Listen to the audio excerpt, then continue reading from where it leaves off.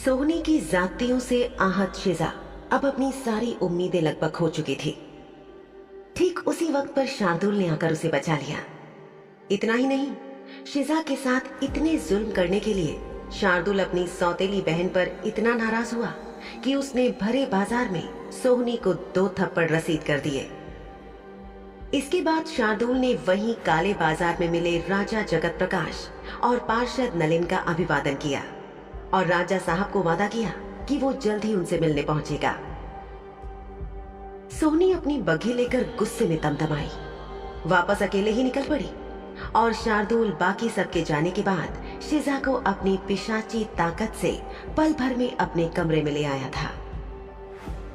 कमरे में लाने के बाद सबसे पहले उसने शिजा को पानी पिलाया, उसे बैठाया और फिर एक गीले कपड़े से उसके चेहरे को हल्के हाथ से साफ किया ताकि उसके जख्म से पसीना और धूल साफ हो सके। शार्दुल शिजा के लिए फिक्रमंद था।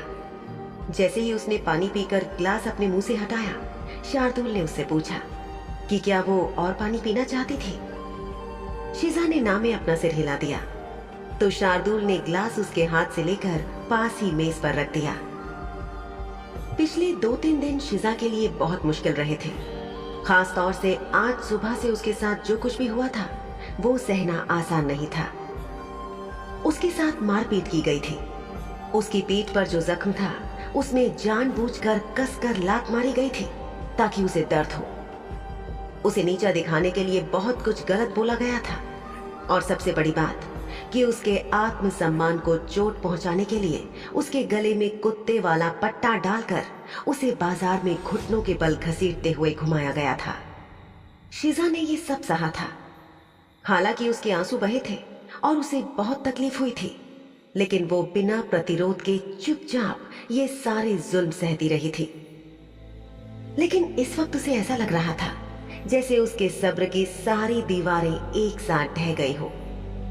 वो जितना ज्यादा मजबूत होने की कोशिश कर रही थी उतना ही भावुक महसूस कर रही थी। उसकी आंखों में आंसू भर आए और उसकी नजर उन आंसुओं की वजह से धुंधली हो गई और उसके लिए कुछ भी देखना मुश्किल हो गया। उसके होंठ कांपने लगे और गर्म आंसू उसके गालों को भिगोने लगे। तभी उसने महसूस किया कि शार्दुल ने उसका चेहरा अपने हाथों में लिया और बहुत कोमलता से अपने अंगूठों से उसके आंसू पोंछ दिए। अपने आंसू रोकने की असफल कोशिश में शिजा ने अपनी आंखें बंद कर ली और ठीक इसी पल शार्दुल ने अचानक उसे खींचकर अपनी बाहों में ले लिया। ऐसे नाजुक लम्हे में भी उसे शिजा की चोट का ख्याल था, इसलिए उसने शिजा की कमर पर अपने हाथ बांधे थे ताकि उसका जख्म गलती से भी छूने ना पाए। अगले ही पल शार्दुल ने अपने हाथ से शिजा का सिर अपने कंधे पर रख लिया और उससे पूछा, तुम ठीक हो ना? शार्दुल की आवाज उस वक्त कांप रही थी। शिजा महसूस कर सकती थी कि उसकी आवाज में फिक्र के साथ साथ गुस्सा भी था, जिसे वो काबू में करने की नाकाम कोशिश कर रहा था। ऐसा नहीं था कि शिजा के साथ कुछ बहुत ज्यादा बुरा हो गया था, क्योंकि गुलामों के साथ ये सब होना आम बात थी। फिर भी वो अपने आप को खुशकिस्मत समझ रही थी कि उसके सितारों ने ठीक वक्त पर करामात दिखाई और काला बाजार में शार्दुल ने पहुंचकर उसे बचा लिया। एक खास बात जो वो महसूस कर रही थी वो ये कि इस वक्त शार्दुल के उसके इतने करीब होने की वजह से उसे कोई डर या फिक्र नहीं थी। वो सुरक्षित महसूस कर रही थी। उसने धीमे से शार्दुल से कहा, मैं ठीक हूं। और इतना कहने के साथ शिजा ने अपना सिर शार्दुल के कंधे से सरकाकर उसके सीने पर रख दिया। उसने अपनी बाहें धीरे से उठाई और शार्दुल के गले में डाल दी। शार्दुल की गर्दन के पीछे शिजा के हाथ एक दूसरे से कसकर ऐसे गुथे हुए थे जैसे वो उसे नहीं छोड़ेगी, और ठीक इसी वक्त उसकी रुलाई फूट पड़ी। शार्दुल ने उसे प्यार से गले लगाया और पूछा, अगर तुम ठीक हो तो फिर रो क्यों रही हो? शिजा ने शार्दुल को ऐसे गले लगाया जैसे वो उसे नहीं छोड़ेगी और बोली, मैं बस आपको देखकर खुश हूं। शार्दुल ने धीरे से उसे अपने से अलग किया और देखा कि उसका चेहरा आंसुओं से भीगा हुआ था। राजपूताना के जंगल में जब शार्दुल की क्षमता आखिरकार वापस लौटी तो वो फौरन हवेली लौट आया। वापस आते ही उसे अपनी बहन अवंतिका से पता चला कि शिजा अपने कमरे में नहीं थी। नीचे हवेली के नौकरों से पूछताछ करने पर उसे एक नौकरानी ने बताया कि सुबह शिजा मलका जान और सोहनी शाह के साथ भोजन कक्ष में थी और सोहनी मालकिन वहीं से उसे अपने साथ किन्नौर के काले बाजार ले गई थी। शार्दुल को उसी वक्त गुस्सा आ गया था क्योंकि सोहनी ने उस सीमा को पार किया था जिसके लिए वो हमेशा उसे चेतावनी देता रहता था। उसने मन ही मन ठान लिया था कि समय आने पर वो सोहनी को सबक सिखाने के लिए उसके साथ उचित व्यवहार जरूर करेगा। लेकिन इस समय उसकी प्राथमिकताएं दूसरी थी। कुछ और चीजें थी जिनका उसे ख्याल रखना था और सबसे पहले शिजा का। वर्तमान में लौटते हुए उसने शिजा के चेहरे को देखा और फिर उसके चेहरे से फिसलती हुई शार्दुल की नजर शिजा की पीठ, बाहों और हथेलियों पर भी पड़ी। उसके शरीर पर बहुत से जख्मों के निशान थे। उसने शिजा की आंखों में देखते हुए उससे वादा किया, दोबारा ऐसा कभी नहीं होगा, मैं तुमसे वादा करता हूं। अपनी आंखों की लाल और काले रंग के बीच रंग बदलती पुतलियों के साथ शार्दुल ने मन ही मन शिजा को हमेशा सुरक्षित रखने की कसम खाई। इसके बाद शार्दुल ने गुसल खाने से गर्म पानी लाकर शिजा के जख्मों को साफ किया और फिर उसे बैठाकर उसके जख्म पर मरहम लगाया। वो चुपचाप शिजा के जख्मों को पोंछ रहा था और कपड़ा या मरहम त्वचा से छूते ही वो दर्द से तड़प उठती थी और शार्दुल का खून गुस्से से उबलने लगता था। लेकिन वो शांत रहने की कोशिश करते हुए उसके जख्मों पर मरहम लगाता रहा। बस थोड़ा और सहन कर लो, होने ही वाला है, बस बस थोड़ा और। एक बच्चे की तरह शिजा को बहलाते हुए और समझाते हुए वो उसकी मरहम पट्टी कर रहा था। वो जानता था कि शिजा के चेहरे और शरीर पर आई सूजन को कम होने में कम से कम 2 दिन लगने वाले थे, लेकिन उसकी पीठ का घाव जो बिगड़ गया था उसे ठीक होने में अब ज्यादा समय लगने वाला था। उसने खुद ही अपने हाथों से शिजा की पोशाक कंधों पर से हटाई और पीठ की तरफ से बटन खोल दिए। इस बार शिजा ने विरोध में एक भी शब्द नहीं कहा और ना ही शार्दुल को रोकने की कोशिश की।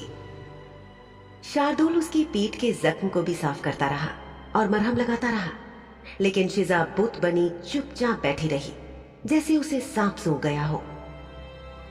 शिजा अपने ही विचारों में खोई हुई थी। आज दिन भर उसके साथ जो कुछ भी हुआ था वो सारे दृश्य रह रहकर उसकी आंखों के सामने आ रहे थे और वो सब सोच सोचकर उसका सिर दर्द करने लगा था। शार्दुल का हर स्पर्श उसे अपनी त्वचा पर ढांढस बंधाता हुआ सा महसूस हो रहा था। वो अपनी त्वचा पर उसके हाथों को महसूस कर सकती थी और उसकी आंखों को भी, लेकिन इस वक्त वो ये जानती थी कि शार्दुल के दिमाग में और कुछ नहीं चल रहा था। वो सिर्फ उसके जख्मों को साफ करके मरहम लगाना चाह रहा था। अचानक रुंधे गले से शिजा ने पूछा, आप कहाँ रह गए थे? शार्दुल पूरे 2 दिनों के लिए हवेली से गायब था और शिजा को सब कुछ जानने की उत्सुकता थी। हालांकि उसने शार्दुल से यह पूछा था कि आप कहाँ रह गए थे, लेकिन शार्दुल उसके दिल की बात समझ गया था। वो जान चुका था कि शिजा ये पूछना चाहती है कि उसने शिजा को इस हवेली में दूसरे लोगों के भरोसे अकेला क्यों छोड़ दिया। शार्दुल ने फौरन उसे साफ साफ सब कुछ बताना शुरू किया। मैं राजपूताना में ही था। मेरी यात्रा छोटी होनी चाहिए थी, लेकिन मेरी उम्मीद के खिलाफ ये कुछ ज्यादा ही लंबी हो गई। मेरा इरादा तुम्हें यहां अकेले छोड़ने का बिल्कुल नहीं था, मेरा यकीन करो। इतने महीनों में पहली बार शार्दुल और शिजा एक दूसरे से वयस्कों की तरह बात कर रहे थे। इस वक्त उन दोनों में से कोई भी एक दूसरे को ना तो चिढ़ा रहा था और ना ही एक दूसरे की टांग खींचने के लिए व्यंग्यात्मक जवाब दे रहा था। पिछली बार भी जब शिजा की पीठ पर चोट लगी थी तो शार्दुल ने उसके साथ ऐसे ही प्यार से व्यवहार किया था और उसके जख्म का ख्याल रखा था। शिजा, जो पिछले 2 दिनों से मलका जान और सोहनी नाम की आफतों के बीच में फंसी हुई थी, उसे इस वक्त शार्दुल किसी फरिश्ते से कम नहीं लग रहा था, जिसने ऐन वक्त पर किसी हीरो की तरह आकर उसे बचा लिया था। उसने मन ही मन सोचा, कि शायद शार्दुल को फरिश्ता कहना एक तरह से जाती थी, क्योंकि वो तो उसका अपना निजी शैतान था जिसने दूसरों की जिंदगी को नर्क बनाने में कभी कोई कसर नहीं छोड़ी थी। लेकिन वो शिजा का ख्याल रखता था और उसे अपने ही तरीके से संभालता था। जितना वो इस सब के बारे में सोच रही थी, उतना ही उसकी आंखों से आंसू बहे जा रहे थे। वो कोशिश कर रही थी कि वो ना रोए, लेकिन इस वक्त ये उसके बस में नहीं था। शार्दुल ने शिजा की पीठ पर मरहम लगाने के बाद उसकी पोशाक को कुछ देर के लिए यूं ही छोड़ा ताकि मरहम की एक परत सूख जाए, और फिर वो उसकी कनपटी और माथे पर लगे जख्म को रुई से साफ करने लगा। शिजा का चेहरा देखकर उसने शिजा से कहा, रोना बुरी बात नहीं है। जब मैं आसपास हूं तो अगर तुम भावुक हो तुम रो सकती हो। क्या हमने आपस में इस बात को तय नहीं किया था कि तुम मेरी हो? तुम्हारा गम और तकलीफ ही मेरी है। शिजा ने अपनी आंसुओं से भरी पलकों को उठाया और शार्दुल की गहरी लाल आंखों में देखा। वो कुछ बोली नहीं। आज वो जरूरत से ज्यादा शांत और आज्ञाकारी थी, और इस बात ने शार्दुल को बहुत ज्यादा चिंतित कर दिया। वो चाहता था कि शिजा से सवाल करके उसके मुंह से पूरी जानकारी निकलवाए और पता करे कि उसकी गैर मौजूदगी में इस हवेली के लोगों द्वारा शिजा के साथ क्या किया गया था। लेकिन उससे पहले शिजा ने उससे सवाल पूछा, आपको राजपूताना में इतना समय क्यों लग गया? ये पहली बार था जब शिजा ने हक जताते हुए शार्दुल से कोई सवाल पूछा था।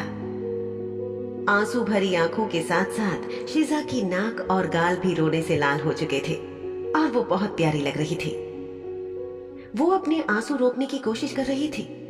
ये देखकर शार्दुल ने उसे बिना सताए सीधे सीधे उसकी बात का जवाब देने के बारे में सोचा, लेकिन उसे लगा कि पहले कुछ और कहना ज्यादा जरूरी था। उसने शिजा से कहा, अगर ये मेरे बस में होता तो मैं तुम्हें अभी कसकर अपनी बाहों में ले लेता शिजा। तुम्हें जोर से अपने सीने से लगाकर तुम्हें ये एहसास दिलाता कि मैं तुम्हारे लिए यहाँ मौजूद हूँ और तुमको फिक्र करने की या परेशान होने की बिल्कुल भी जरूरत नहीं है। शिजा ने फौरन अपनी आंखें शार्दुल के चेहरे से हटा ली। शार्दुल ने कहा, देखो, तुम बार बार खुद को चोट लगवाती रहती हो और मैं तुम्हारी मरहम पट्टी करता रहता हूँ। हालांकि मुझे तुम्हारे डॉक्टर की भूमिका निभाने में कोई ऐतराज नहीं है, लेकिन तुम्हें बार बार जख्मी और चोटिल देखना मुझे तकलीफ देता है। मैं तुम्हें इस हाल में नहीं देखना चाहता हूँ। दर्द में भी शिजा के लबों पर मुस्कुराहट आ गई और उसने शार्दुल से कहा, पर आपने मेरी बात का जवाब नहीं दिया। इस बार शार्दुल ने सवाल के जवाब में जवाब ही दिया और बोला, जब तुम वीरान गांव में बेहोश हो गई थी तो मैं एक बहरूपीय प्राणी का हाथ पकड़कर किसी दूसरे घर में चला गया था। मैं उसे शिजा समझ रहा था। वहां मैंने 2 काली चुड़ैलों को खत्म किया, लेकिन तुम्हारा रूप धरे हुए जो बहरूपिया प्राणी था उसने मुझे एक इंजेक्शन यानी कि टीका लगा दिया। इस इंजेक्शन में एक औषधि भरी थी जिसे काली चुड़ैलों ने बहुत चतुराई के साथ पिशाचों और शुद्ध खून वाले पिशाचों के लिए ही बनाया है। शिजा की हालत इस वक्त ठीक नहीं थी और उसके लिए आराम करना बहुत जरूरी था, लेकिन ये बात सुनते ही उसके चेहरे पर चिंता के भाव आ गए और उसकी सांसें तेज चलने लगी। शार्दुल ने उसके कंधे पर हाथ रखकर उससे कहा, फिक्र मत करो, मैं अब बिल्कुल ठीक हूं। लेकिन कल का पूरा दिन और आज दोपहर तक भी मैं ठीक नहीं था।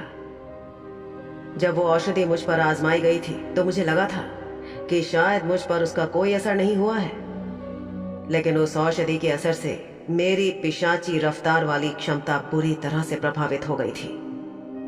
मैं एक जगह से दूसरी जगह पलक झपकते ही नहीं आ जा पा रहा था। इसी वजह से मुझे वापस श्यामला आने में बहुत वक्त लगा और मुझे तुम्हारे पास आने में देर हो गई।